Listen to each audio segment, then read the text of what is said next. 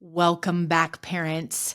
Today's episode is a rebroadcast from an interview where Mike and Alicia Hernan from the Messy Family Project interviewed me to find out about what to do when your child lies. So, know that this is a common problem for all children and it's part of their development. So, I want you to sit back, relax, and enjoy this conversation between Families of Character and the Messy Family Project. Well, welcome, Jordan, to our podcast. I'm so excited to have you on today. Yes, thanks for coming. Thank you. It's a pleasure to be with you, Mike and Alicia. I love the Messy Family Project, so this is going to be great. So I just want to say, first of all, a little shout out to Paradisios Dei for bringing Jordan and I together. Yes. We were together recording for their new program, She Shall Be Called Woman, that's coming out in the fall. And we're both presenters on there. And we went out to dinner together before our presentation. And I was just like, I could hang out with this lady all day. We got to have her on the podcast. So That's exactly what I told my husband when I got home. I'm like, I feel like Alicia and I could have had one of those all-nighters where we just stay up and burn the midnight oil 100%. talking and downloading. That's right. We'll have to do Messy Family Project, Families of Character together. Yes. Something. So just by way for our listeners, by way of introduction, Jordan are you the executive director of Families of Character? I am. Okay, so we're going to talk about that more in a second, but on a personal level, she's awesome. So let's start out with that. But she has three kids living at home. She is a licensed clinical social worker working and counseling and coaching parents for 20 years. And so that was like the first level. When I heard that, I was like, ooh, I want to talk to this lady. I want to find out more. And I know you guys do a lot of coaching, but also I feel like this is what you do in working with families. I feel like it is so needed today because what in the past was called values or family values is all muddy. The waters are so muddied today. And I feel like, and I'm obviously very grateful for our faith, for our Catholic faith that gives us that direction. But even within our faith, I feel like things have to get really practical for families. Yes. So can you just tell us real quick, how did you get into this work with families that is so very important? Yes. Well, that's a great question. It's kind of a long story, but I was doing an internship. I was getting a master's in theology at the Augustine Institute here in Denver. And part of the program was you had to intern with an apostolate. I had three kids in different schools and was working full-time my private practice. And I thought I better just find somebody that's like next door to one of the classrooms where I study. And I knocked on the door at Families of Character. Steve Markle answered. And I said, do you do internships? And he says, never have. What would it take? And I said, not sure, but we could figure it out. And so it just worked out. It was like free help for him and it was convenient for me. And what was born out of that was just this awesome mentorship. And he began mentoring me and I would sit with him for a couple hours a week and listen to him talk with parents who were calling in about problems that they were having in their marriage and with their parenting. And, so he was like a coach. He was coaching parents, just people who would call in. That's what he did. He founded the Families of Character. Yes. Mm-hmm. And so he started talking about his own story and his own struggle of his kids, just kind of being a mess when they were adults and how frustrating that was to him and how he met with his spiritual advisor and was just racking his brain. Father, what did I do wrong?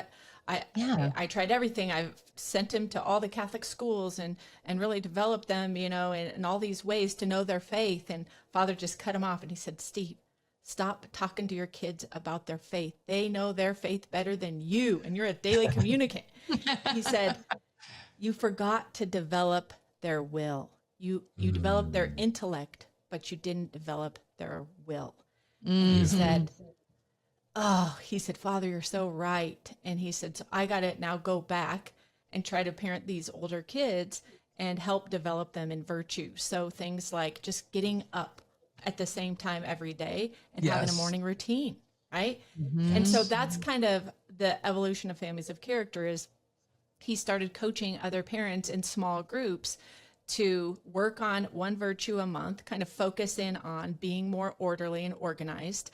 And these couples would meet together, study this, and then go home and implement it with their family, and then they'd meet back up as a group in a month. Well, Catholics, we love social groups, so we'll show up every month. There is no party like a Catholic party, okay? Exactly. But sometimes they would come back together and be like tail between their legs. We didn't actually really do anything to implement this with our kids. And that's where I was like, this is my in, because I love to break down kind of the bigger, parts of a family problem into very practical bite-sized steps. So meeting a person where they are in their struggle and then giving them that first step to get a win. Yes. And then lead them down the path of, okay, this is something that you can really get going in your family, a weekly family huddle, and kind of getting this moving in a very practical, natural way at home. So I ended up discerning out of the grad program and going full-time with Families of Character. And in a beautiful moment in adoration, I said, Lord, I don't know what to do with my private practice, and I'm here just for one answer to this question.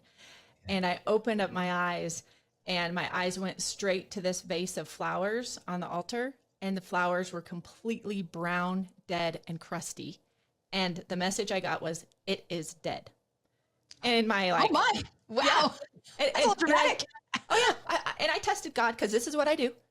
I said, oh, right. I'm sure all the flowers are dead in here. Like the flower person's probably on vacation and everything's dead. And I look around and all the other flowers are just beautiful and vibrant and fresh. And like, okay, there's my sign. Okay. So I knew it was time to close the doors on my mental health practice, and then just trust in the Lord's, divine timing to step into this role of Families of Character. So there you go. How long have you been there now in this role? So I have been the executive director for 18 months now. So since the beginning of 2023. Beautiful.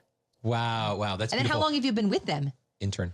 I forget. I'm bad at timelines, but I think it's been like... COVID makes everything weird. Everything's like, it could have been 10 years ago. It could have been 3 years ago. I'm pretty sure it's like the 4-year mark. Yeah. Okay. Oh, well, that is awesome. And I should have said this in the beginning. I talked to Steve maybe 2 years ago and loved the way that Families of Character laid out this virtue training and formation for kids. And I thought messy families need more order, need more of this virtue formation. So that was beautiful, really beautiful. Yeah. So, but I love that what you said though about even like that mental health practice, forming character in families. I feel like that's how you get to the place where, please God, more practice will be able to close their doors, because people will be healthier because they have learned what they need to learn to be successful, functioning adults within their families. There are so many wounds that we all have from our families and the lack of formation or choices that we made because we didn't have that formation within our families. Yeah, there's wounds and there's lack of formation. That's right. Exactly. Exactly. And I just wonder, and so I think that formation for families is so very important. I mean, right? It is. We oftentimes we just are focusing, we don't even realize it, but we're focused on the wrong things. Yeah. Yeah. Like what? Can you go into that a little bit more? Because I'm sure people listening are be like, the wrong things? Maybe I'm focused on the wrong things. What am I focusing on that's wrong? One of the things we talk about, and this happened to my husband and I, Josh and I, is just this idea that we're sending our kids to Catholic schools, and we really believe that this is the thing to do. And this is what we do as Catholics. We send our kids to Catholic schools, and the formation is great. We love the schools. We love what they're getting there. Right. What we failed to do is to integrate that faith formation back in our home. So I joke at how Josh and I, when we had 3 kids in Catholic school, the type of parents we we provided 3 hots and a cot.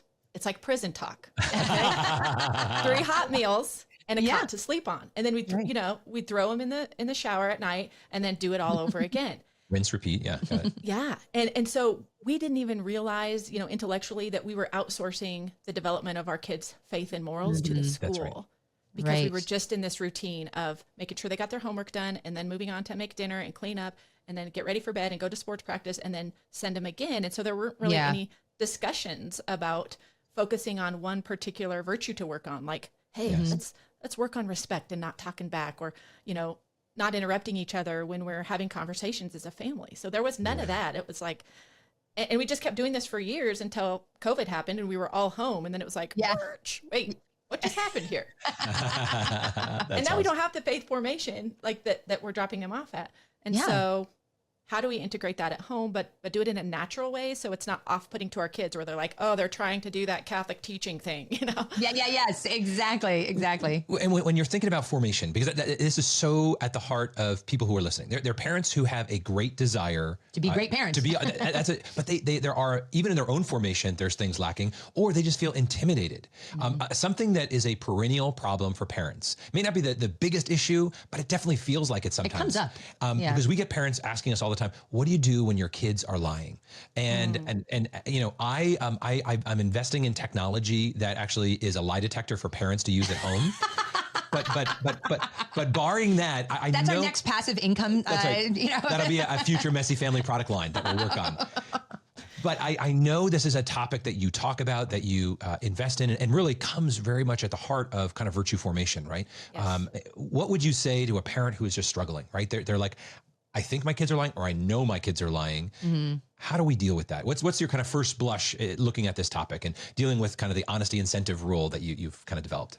Yes, great question. First of all, just want to validate that it's like one of the most offensive things for us as parents, right? When our kids deceive us, it's feels so personal.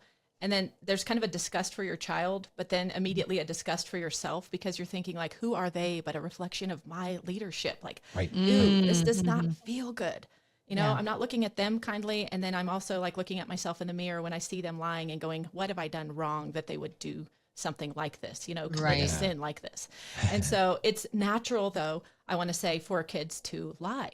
It's actually a natural part of their development. And actually, honesty and integrity are learned behaviors. So I think it's so important to just talk about kind of the three stages of children lying. So you mean to say that if your child lies to you, they will not go and become a con artist or an axe murderer? Is that what you're trying to tell the parents Or not listening? necessarily. Not necessarily. Okay. That's good. right. There's a spectrum of lying, Yeah, let's just exactly. say. So Okay. 99.9% of children are not going to be, you know, serial killers and total sociopaths. So that's the Including good you. lies. All right. Yes. I first want to say, expect your children to lie, and that this is part of their development. And it's more about how you respond to their lying than Right. the lying itself. Beautiful. So Victoria Talwal and Kang Lee did this study, and it's called Social and Cognitive Correlates of Children's Lying Behavior. And so they identified 3 stages in children's lying. And stage 1 is kids lying around the age of 2 or 3 years old. And this type of lying revolves all around just denying their misbehavior, right? Right. They think that if they say they didn't do it, then their parents won't be mad, and then somehow their behavior will be magically erased. Right. And so this is the 2. And actually there's studies that show that young kids lie, 2-year-olds lie on average. What is it? Let me see here. Every hour. Every hour, 2-year-olds are And lying. sometimes their lying is Wow. truly laughable. You know, when they accuse like the infant of like, oh, they must have gotten up and spilled the milk, and you're like, They can't walk. it's like the child you are accusing can't even walk. So I think you're not telling me the truth. Yes, but it's natural. And then around like age 4, children begin to really kind of imagine how someone else might think. So their thinking becomes a little bit more sophisticated, and their lies become more believable, because what they do is they take into account what the listener, what you, the parent, does or doesn't know. And they know the difference between lying and telling the truth, and they know that lying's bad, but this is a stage where they're also very interested in pleasing their parents. So they lie to cover up the misbehavior because they know it would be disappointing to the parent Right. to be seen as doing something bad. And then around 7 or 8, so this is what, like 3rd grade or so, Yeah. this is when they get like, you're going, whoa, this is crazy. Like, you are capable of deliberately deceiving me.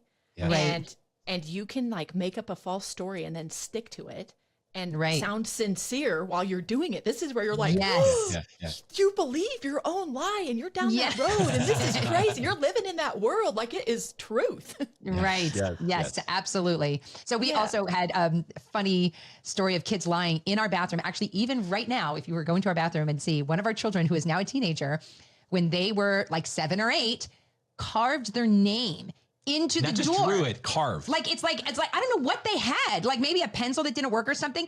And then they were like, "No, I didn't write on the door." And Mike is like, that's actually your name on the door? if you're gonna lie about something, like don't write your name on it. Sorry.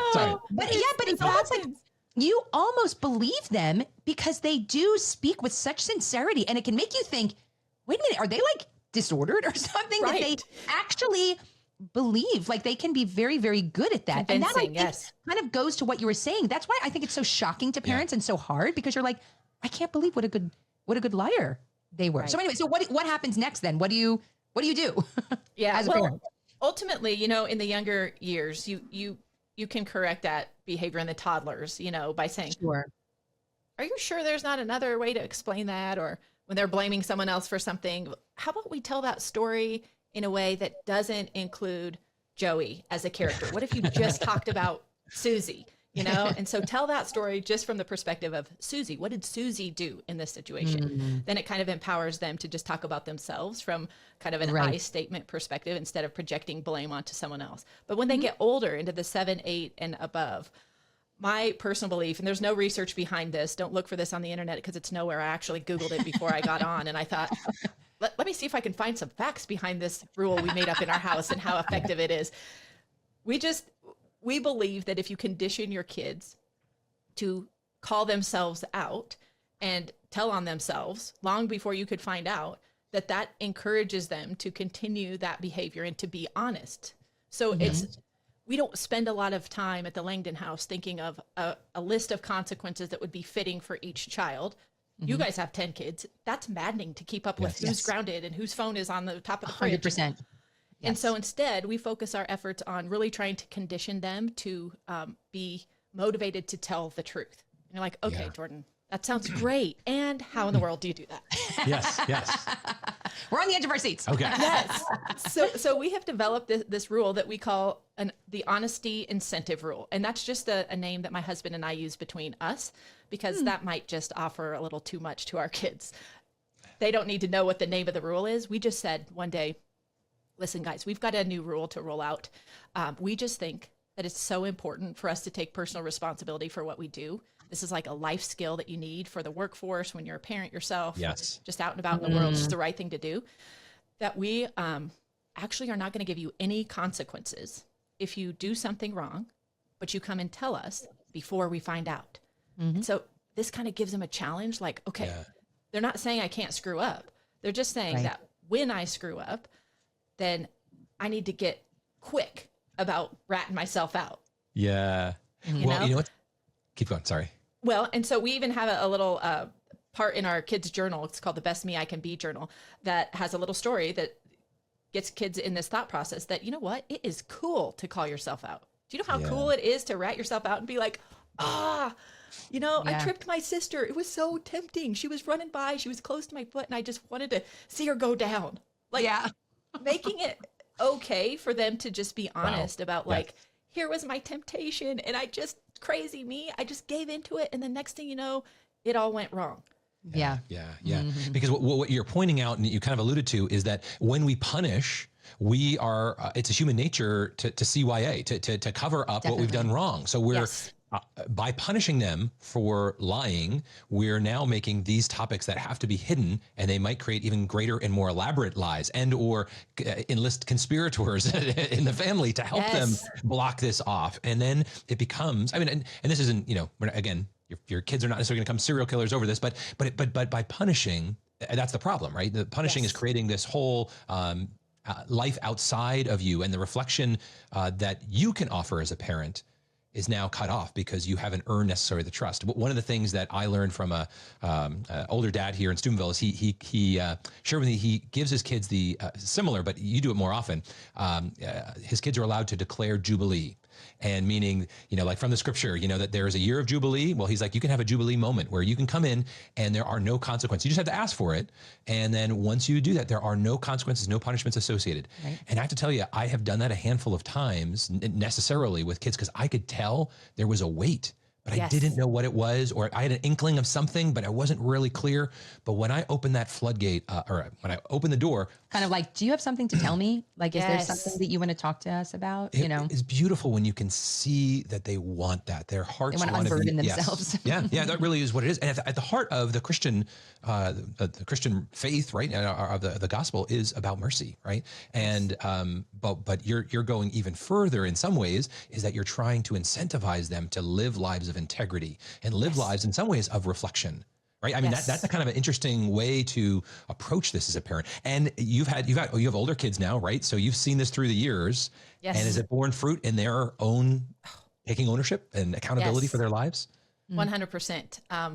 Our oldest, who's 18 now, came to us one day and he closed the door to our bedroom and he's like, "Hey, Mom and Dad, that rule that, if we tell on ourselves, there's no consequences. Like, is that still a thing?"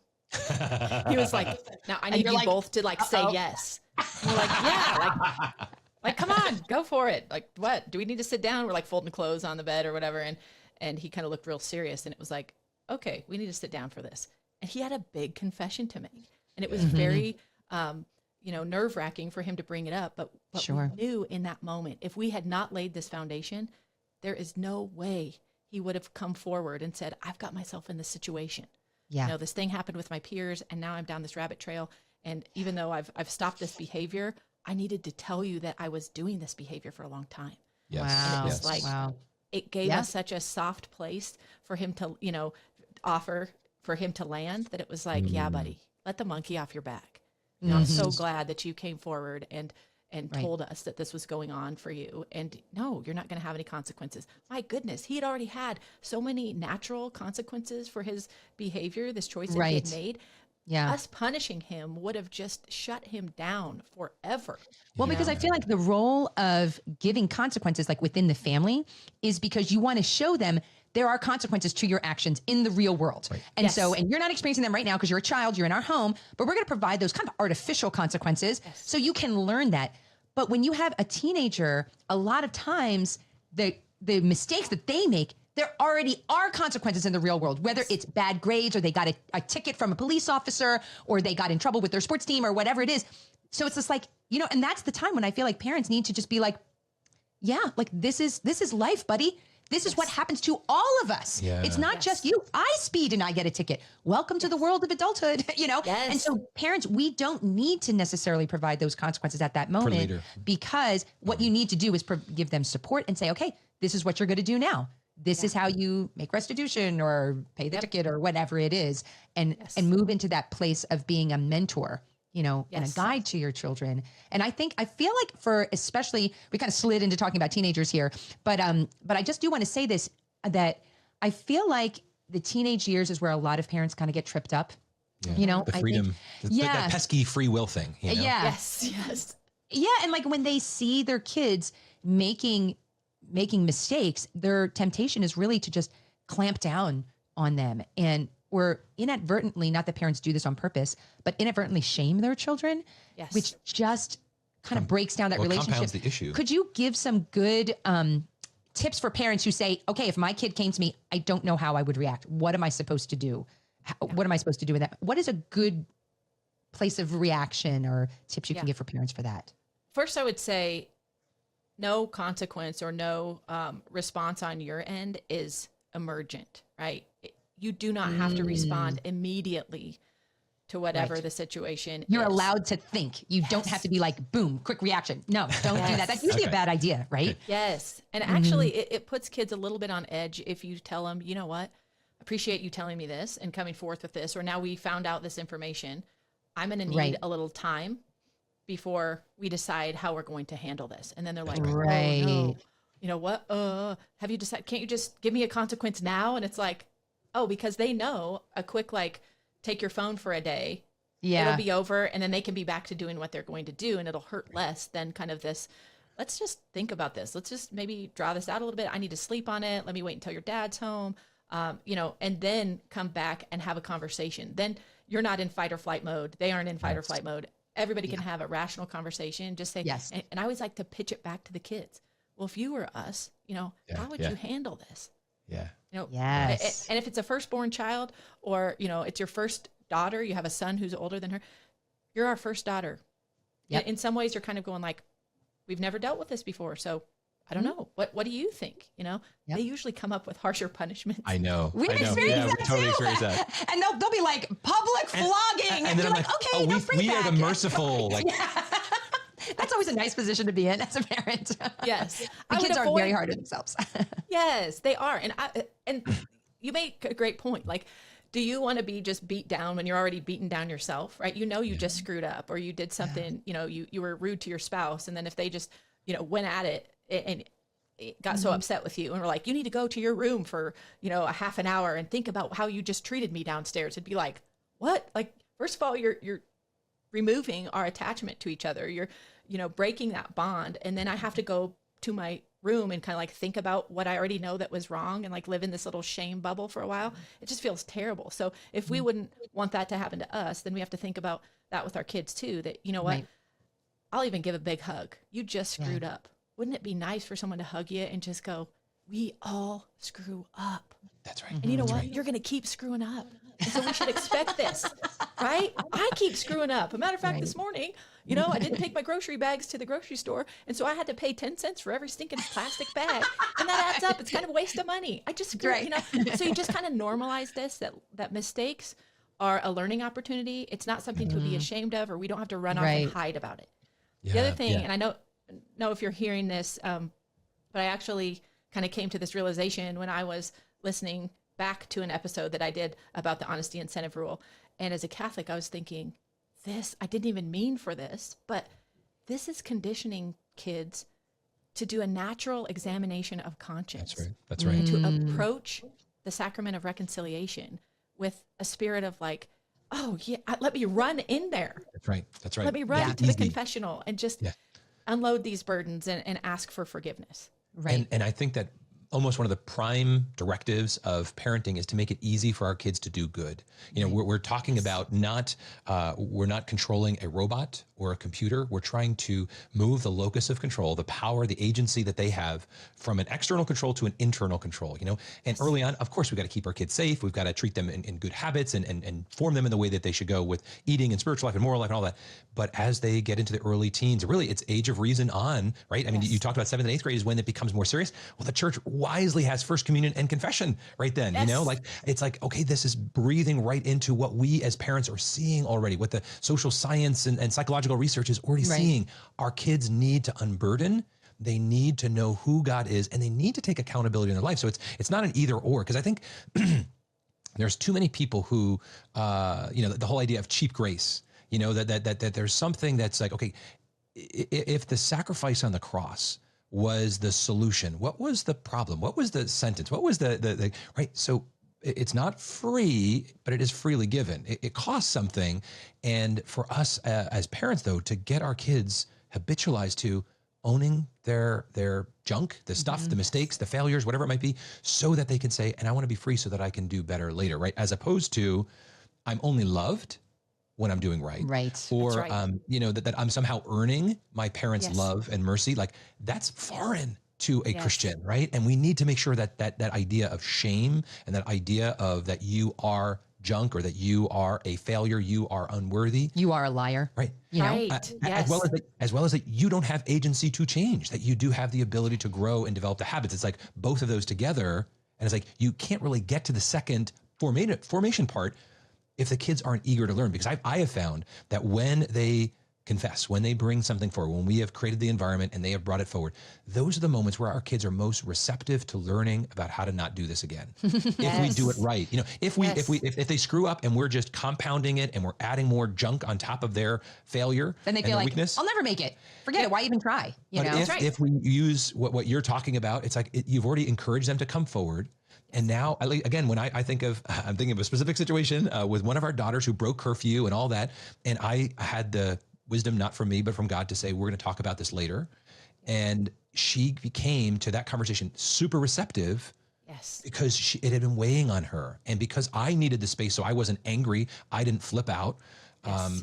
I had clarity in that conversation, but she also had a conscience that was now receptive to the changes. And again, I didn't fully impose, but I said, well, how do we repair this? And we walked together. Yeah. But the essential role that we need as parents is kids to take that responsibility, that extreme ownership, as well as be receptive to our formation. Because if we're simply forming without receptivity, it's maybe water on a duck's back, right? I mean, I don't know. I really like what you're proposing here in so many ways.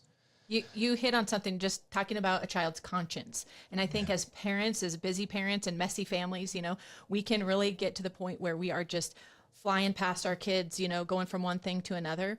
If we stop and do some reflecting and observing of their bodies, of the way their faces are looking. This happened just the other day. My kids came home from the pool, and I was in the office recording a podcast, and I came out, and they're at the door right away. And they're 12 and 10, and they're like giving me a big hug. And then I go out to the car to get something. They follow me out to the car, and I'm like, okay, I'm observing something here. What is happening? Yep, my radar's going off, and they're smiling, and they're like, Mom, oh, you're, just kind of like complimenting me in an awkward way. And I just turned around to him in the laundry room. I go, guys, do you have something that you need to tell me? And immediately my daughter says, nope. With a smile, my son said, yep. And I thought, and then I just looked at him, and they looked at each other like, oh no, you said yes. And I said, no, now what? and my son could not take it another minute. He just said, we bought junk food at the pool. And I said, okay, yesterday we talked about while we were at the pool, the types of food that they sell in the vending machine. It's not healthy. We're trying to eat it healthier. What do you think happened? I don't know. We just walked by, and there was these grandma's cookies, and then there's this smart food popcorn. So we got one smart food popcorn and one grandma's cookies. And I said, well, how was it? How were the treats? How did they taste? And he said, the grandma's cookies, they were actually no good. I go, oh. And that's about all I had to say, because they were like, they were realizing the weight that they felt inside their body. Their conscience was gnawing at them. Yeah. And they thought, we've got to just confess this. And actually, that's a great example for another question for those parents out there who are thinking, my kid would be like your daughter. Like, do you have something to tell me? Nope. And what do you do? What do parents do in that situation when you're like, I feel like they're lying, but I don't know. I have no proof that they're lying. What is the best way for them to proceed? Yeah. Yes, that's a great question. It's a tough one. But I would say, okay, I'm going to give you the benefit of the doubt.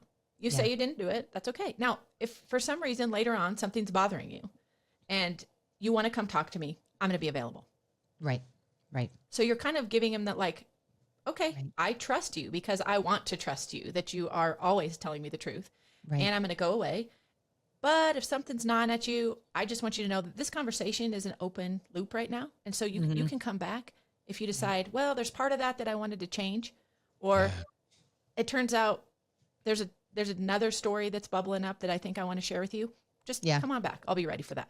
Because I remember at some point, I forget when it was, I think it actually was in my childhood, that I remember my mom saying to me, I think we were talking about one of my brothers and sisters, and my mom made the comment, she said that she had read, or that she believed that one of the most painful experiences a child can go through is being accused of lying when they're telling the truth. Oh, it's by awful. Their parents. I mean, that's tough for any one of us, like in the world, but specifically when a child whose parent accuses them of lying, that's really hard. And so, like, very hurtful to err on the side of, I mean, would you agree, like, that if I have to choose between my kid getting away with a lie and me accusing a truthful child of telling the truth, it's better to just let them get away with the lie. I mean, is that what you're saying? Yes. Mm-hmm. And if you implement this way of offering this soft landing place for them to change their mind and come tell you the truth, right, over the reactive, you know what, you're lying, I'm taking that away, go to your room, or you're grounded, you're not having that play date.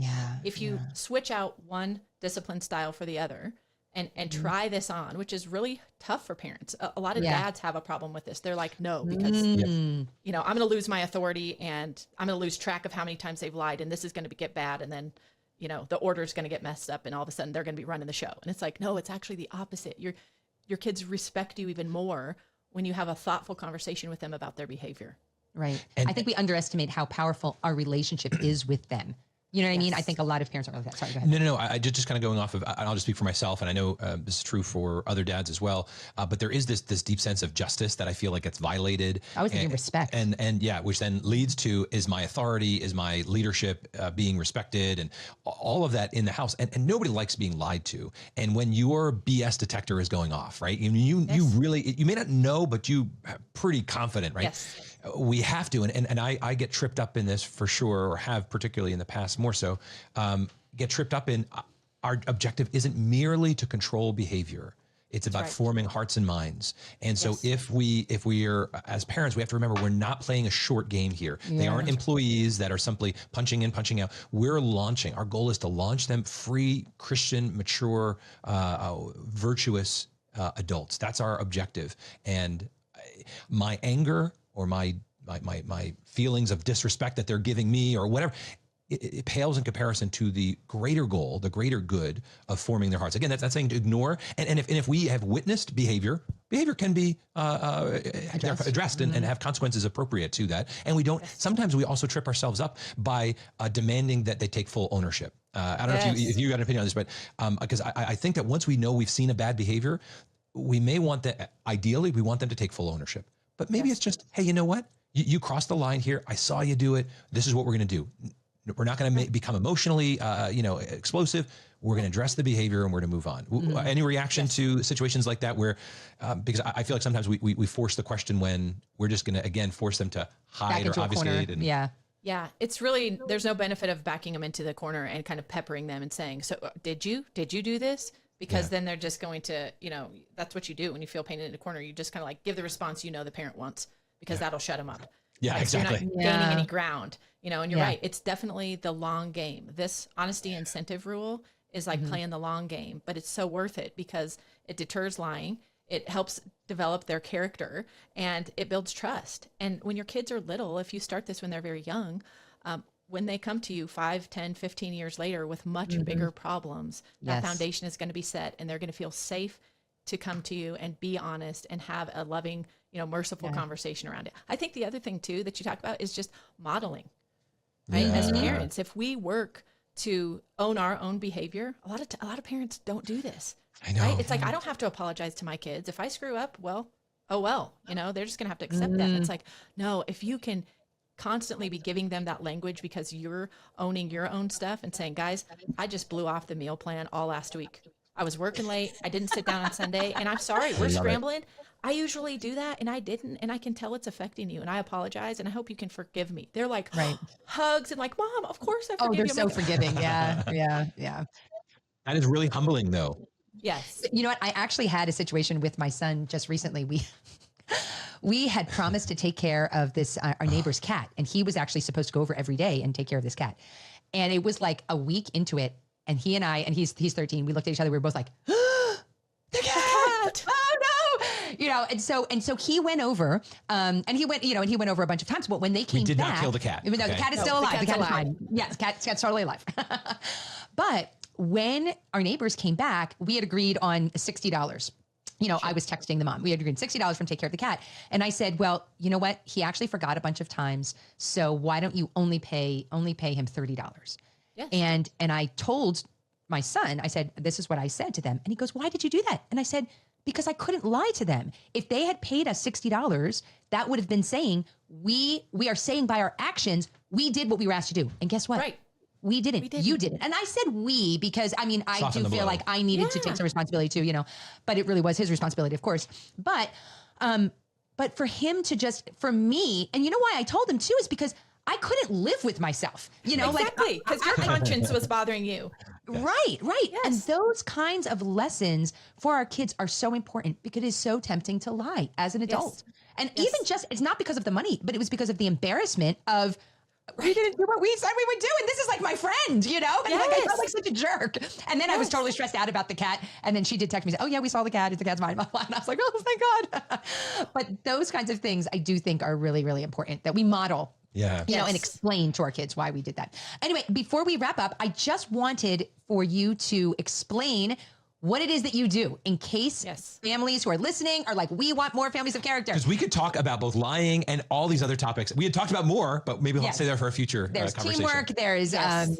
your phone technology, Interesting, all yeah. of that. But can you just 100. tell people, why should they go to your website? What is it you guys do and all of that? Absolutely. Well, we know that your family is the most important team you'll ever be a part of, and that our job as parents are to get our spouse and our kids to heaven. And so what a better way to do that than just to embrace your family as like the most awesome, amazing team, and you and your spouse being the best coaches you can to prepare these players to go out there and play the game of life with honesty, integrity, responsibility, respect, orderliness, and organization. And so at Families of Character, what we do is we coach parents to really be those awesome coaches that their kids need. We are supposed to be the primary educators of our kids in faith and morals. And I always would think, what does that mean? And people say this and you hear it at Catholic talks. And I'm like, could somebody break that down for me? Am I the only one not getting it in the room? But really what it means is just like rallying together as a team and saying, your dad and I don't have this all figured out either. Let's all get together and work on one common goal for the next week, have a family huddle on Sunday, celebrate the progress we each made around this one goal, and then continue to do this week after week. So our family has had over 250 family huddles to this Beautiful. point. Oh, that's great.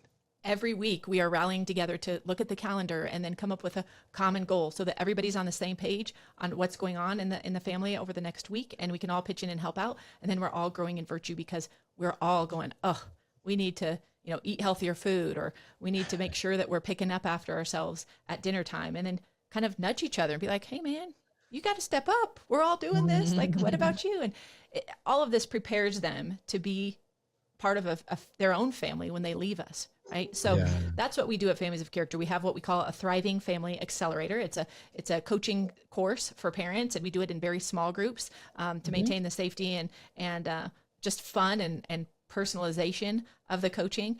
And so we train parents to get these weekly rhythms going in a very easy way, and then start integrating in, one or two little goals to work on over time. And I've got to tell you, the results are crazy. I get to see these people on the screen because it's over Zoom. And at the beginning, the first session or two, you'll see this physical distance between the couple, and kind of even almost a turning sideways away from each other because there's some division and tension, which is natural. This happens when you raise kids and they come into the picture.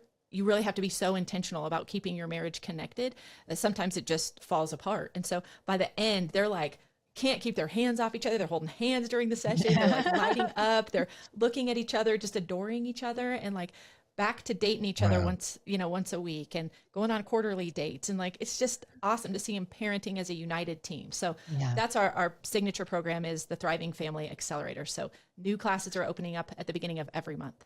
Oh, awesome. That's so great. Yeah, and so where can they go to find out more, to listen to the podcast, find about the coaching programs? What's the website? Familiesofcharacter.com. Now, it's not family of characters, although we are characters. Some families have more characters than others, but this one is about having a family of character. Of characters. That's right. So families, plural, of character.com. And there's a shop there, tons of tools for kiddos and parents. And then also our coaching is there under the shop tab. And our podcast, The Families of Character Show, is on all podcast platforms and our YouTube channel as well. So. Perfect. That's awesome. Awesome. Jordan, thank you so much for coming. It really was our pleasure to have you. And we'll definitely have to keep this conversation going because there's so much more I wanted to talk about. Oh, yes. Thank you for having me. And I have to give a special shout out to Miss Ashley Banky. She is in Arizona. When I first started my podcast, she said, well, certainly you listen to the Messy Family Project, right? And I was like, do I need to? And she's like, yes. And so I told her I was being interviewed on the show, and she's like, Nice. No way. My two favorite podcasts are converging. This is going to be amazing. So, hey, Ashley. Awesome. Oh, that's awesome. That's Here you awesome. are. Thanks for having me. You guys keep doing what you're doing. You're blessing so many people. Your podcast goes out to 50,000 people every week. Yeah. This is so good. Just keep going. Keep blessing families and couples. And there can never be too many of us in this space. So I'm happy to collaborate with you. Yes. Thanks, Jordan. Yes. Guys, if you enjoyed this episode, be sure to check out Greg and Alicia at the Messy Family Project. They're all over social media. They have their own podcast. Together, we are better. And be sure to check out our site, familiesofcharacter.com for our latest events happening in the Denver area, for our shop so you can get a head start on any gift shopping you need to do, and for our couples coaching. We'll catch you next time on an episode of the Families of Character Show real soon.